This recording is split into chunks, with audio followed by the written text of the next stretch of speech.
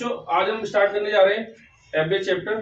Average chapter देखेंगे किस तरीके से स्टार्ट है, क्या है, इसको स्टार्टिंग करेंगे आज एवरेज चैप्टर। देखो नॉर्मली क्वेश्चन होंगे तो नॉर्मली तरीके से बता देंगे, ऐसा कुछ नहीं। औसत औसत होता क्या है ना, औसत मतलब एवरेज, मतलब अगर इसको देखा जाए तो बीच वाली चीज, जो बीच की चीज होती है उसको निकालते हुए एवरेज कहलाता है हमारा। तो अगर मैं क्वेश्चन ले लेके आपको बताऊं, बेटा ये कॉपी देना काम करूंगी। जैसे एक फार्मूला लिखा दो, फार्मूला कुछ नहीं, अपने माइंड में रख लो, बस वही है सब कुछ। औसत बराबर क्या होता है, संख्याओं का योग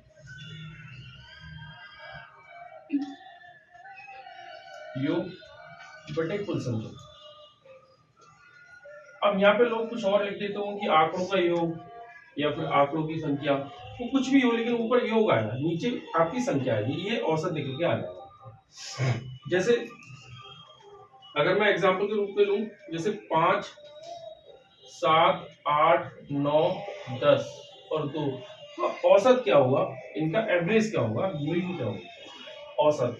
अगर मैं कहूं औसत, देखो औसत इनका हुआ क्या, इन सब संख्याओं को जोड़ के कितनी संख्या है, 1, 2, 3, 4, 5, 6 से डिवाइड कर दो, हमारा औसत निकल के आ जाएगा। भाई अगर मैं इनको सबको जोड़ूं, देखो 7, 5, 12, 8, 20, 20 और 9, 29 और 10 कितना, 39, 39 और 40 और 41, 41, 1, 2, 3, 4, 5, 6 बटे 6। इसको डिवाइड करने पर जो भी आए वो इसका औसत होगा, इसका एवरेज है।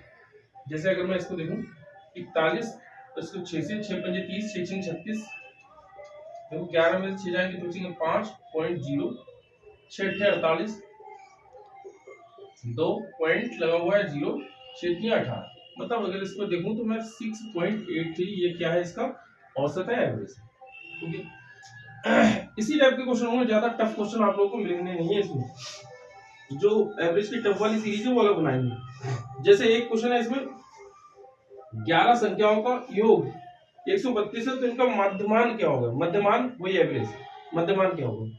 अब देखो वही ये फार्मूला हमारा यही रहेगा, औसत बराबर संख्याओं का योग बटे कुल संख्या। अब कह रहे हैं 11 संख्या है, तो कुल कितनी संख्या है, 11, तो हम नीचे क्या कर देंगे बेटा, 11 संख्याओं का औसत कितना है, 11 संख्याओं का योग 132 है, तो योग 132 है, इसका मतलब 132 कहां चले जाए, ऊपर। अब क्या बताना है, इनका औसत बताना है, औसत बताना है, मतलब मध्यमान मतलब औसत। अगर मैं औसत देखूं तो औसत क्या हो जाएगा, इसको डिवाइड कर लें, 11 एकम 11, 12 13, 2 11 दूनी 22, तो कितना हो जाएगा औसत, 12। अब मैं अगला क्वेश्चन पढ़ रहा हूं। किसी परीक्षार्थी ने हिंदी, अंग्रेजी और गणित, विज्ञान और सामाजिक विषय में 65 औसत प्राप्त किया, मतलब औसत कितना था इनका, 65। यदि विज्ञान को छोड़कर अन्य सभी विषयों के प्राप्तांकों का योग 270 हो तो विज्ञान में कितने अंक प्राप्त किए। अब देखो ये होता एवरेज बराबर, अगर मैं लिखूं तो एवरेज बराबर क्या होता है भाई, योग अगर हम देखेंगे ऊपर तो कुल संख्या, तो आप अपने हिसाब से करते रहना भाई, आंकड़ों का योग जो भी होगा वो अपने हिसाब से करते हैं। जैसे अगर मैं कहूं तो हिंदी, गणित, अंग्रेजी, विज्ञान और सामाजिक विषय, तो कितना, 3 2 5 5 हो गए, और इन सबका औसत कितना है बेटा, 65 है, इन सबका औसत कितना है, 65, तो मैं औसत की जगह पे क्या रख दूं, यहाँ पे 65, और ये योग होगा, ठीक है। और कुल कितनी संख्या है हमारी, कुल संख्या है हमारी, संख्या देखिए 1 2 3 4 और 5 संख्या है। आगे देख रहे हैं क्या कह रहे हैं, यदि विज्ञान को छोड़कर, मतलब साइंस को छोड़कर अन्य सभी विषयों के प्राप्तांकों का योग 270 है। अगर मैं विज्ञान को छोड़ दूं तो अन्य सभी का प्राप्तांक कितना है, 270 है। तो 270 और प्लस साइंस का मान लिया हमने x। अब क्या करेंगे, इनकी क्रॉस मल्टीप्लाई करेंगे, इसकी इससे मल्टीप्लाई करेंगे और इसकी इससे मल्टीप्लाई करेंगे, भाई 5 की इससे मल्टीप्लाई करेंगे, उसमें से 270 माइनस कर देंगे, x की हमारी वैल्यू निकल के आएगी कि x की वैल्यू क्या है।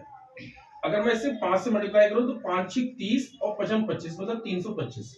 अगर मैं 325 यहां लूं और 270 को इसमें से माइनस कर दूं तो देख रहे हैं कितना होगा, देखो 5 12 7 कितना हुआ 5 और ये 0, 3 2 में से 2 जाएंगे तो 0, तो x बराबर कितना आ गया बेटा, 55, मतलब x का मान जो है वो कितना आ गया, 55, ठीक है। ये हो गया क्वेश्चन। अच्छा अगला क्वेश्चन मैं और बता रहा हूँ, ये कौन सा था, 4 वाला क्वेश्चन। ये सब क्वेश्चन आपको लिख दूंगा, मैं वीडियो में भी लिख दूंगा, मैं भी बोल रहा हूँ ना तो बहुत टाइम लग जाएगा मुझे।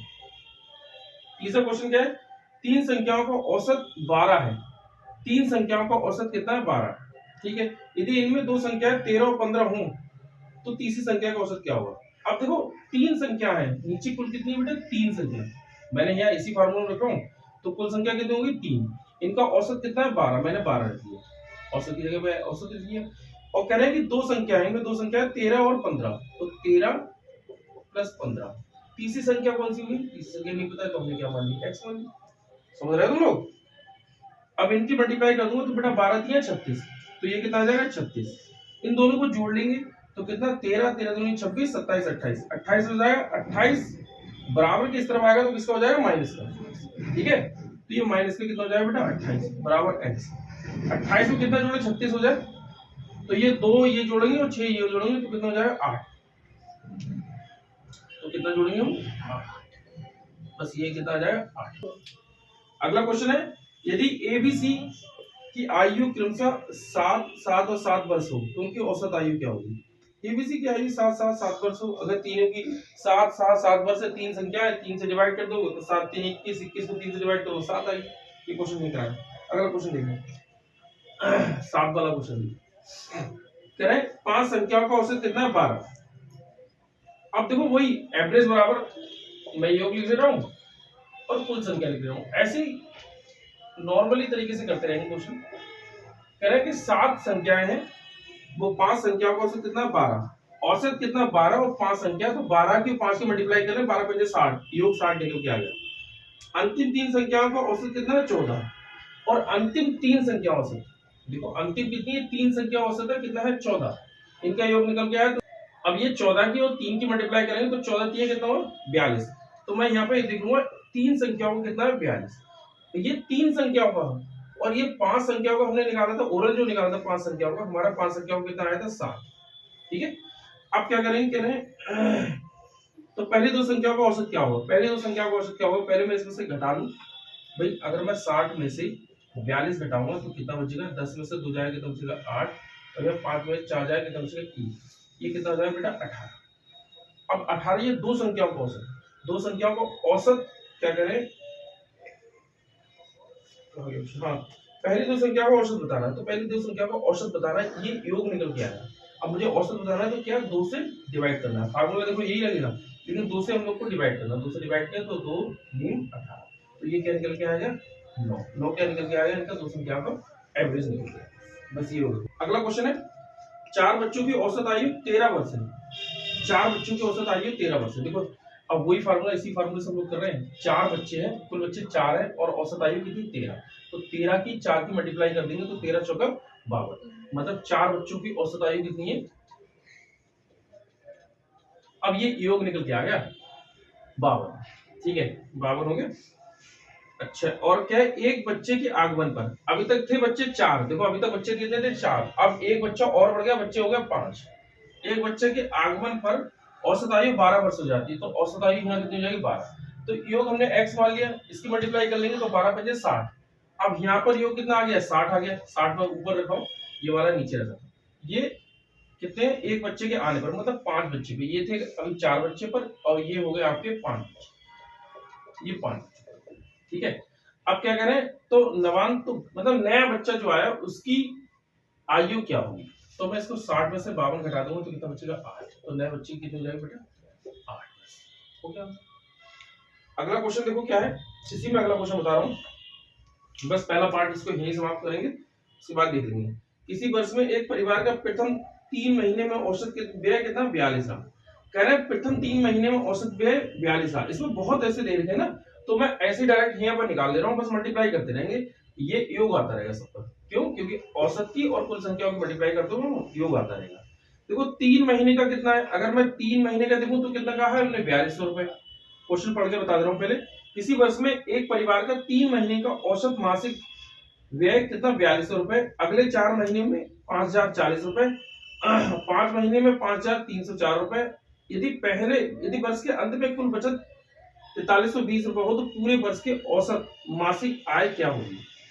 ये तो हो गया 3 महीने का, उसके बाद में फिर इसको मल्टीप्लाई करें 4 गुणा 5040, फिर 5 हो गया, पूरे नहीं हुए 5 और गुणा 530, देखो 4 3 7 7 पर 12 महीने पूरे हो। इन सब को अगर मैं मल्टीप्लाई कर लूं तो ये योग निकल के आ जाएगा, और इसको डिवाइड करना है हमको 12 से, बस योग निकल के आ जाएगा, 12 से हमको डिवाइड कर देना है। बच्चों की कुल बचत भी कितनी है 4320। अच्छा, इनके साथ में कुल बचत भी हमको करनी है 4320, ये भी ऐड करना, फिर इन सबको 12 से डिवाइड करना होगा, यही होगा। देखो इन सबकी मल्टीप्लाई करके हमारा ये आ गया 12600, इसकी मल्टीप्लाई की तो 20160, इसकी मल्टीप्लाई की तो 26520, और इसको ऐसे रख दिए जो बचत है। अब इन सबको मैंने ये ऐड कर लिया, इस तरीके से ऐड किया तो हमारा कितना है 63600। अब ये पूरे कितने, पूरे साल की बचत है, मतलब 12 महीने की बचत है, तो मैं इसको क्या कर दूंगा 12 से डिवाइड कर दूंगा, और जो भी होगा इसका औसत निकल के आ जाएगा। अगर मैं इसको देखूं बेटा 12 पंजे 60, ठीक है, 12 पंजे 60, 63 में से 60 जाएंगे कितने बचेंगे 3 मतलब ये 36 आ जाएंगे, तो 12 तिया 36 और 2 जीरो ऐसी की ऐसी रख देंगे, तो कितना आ जाएगा 5380। ये पहला पार्ट हम लोग बना रहे हैं, ये तो पहला पार्ट है। अब इसके बाद में अगर ये ठीक लगे तो इसको लाइक और सब्सक्राइब कर देना, और मैं और अच्छे से इनको बताइए कि एवरेज किस तरीके से होता है। लेकिन अभी तुम लोग की नवोदय का है पेपर आने वाला, तो वीडियो जल्दी जल्दी बनानी है, उसके बाद में धीरे धीरे हम पढ़ते रहेंगे और डीपली इसको जाते हैं। ये पहला पार्ट है, सेकंड पार्ट में हम और बेहतर लेके आएंगे, अच्छी क्वेश्चन लेके आएंगे। इसको पसंद आए तो लाइक करना, सब्सक्राइब करना और शेयर करना, ठीक है।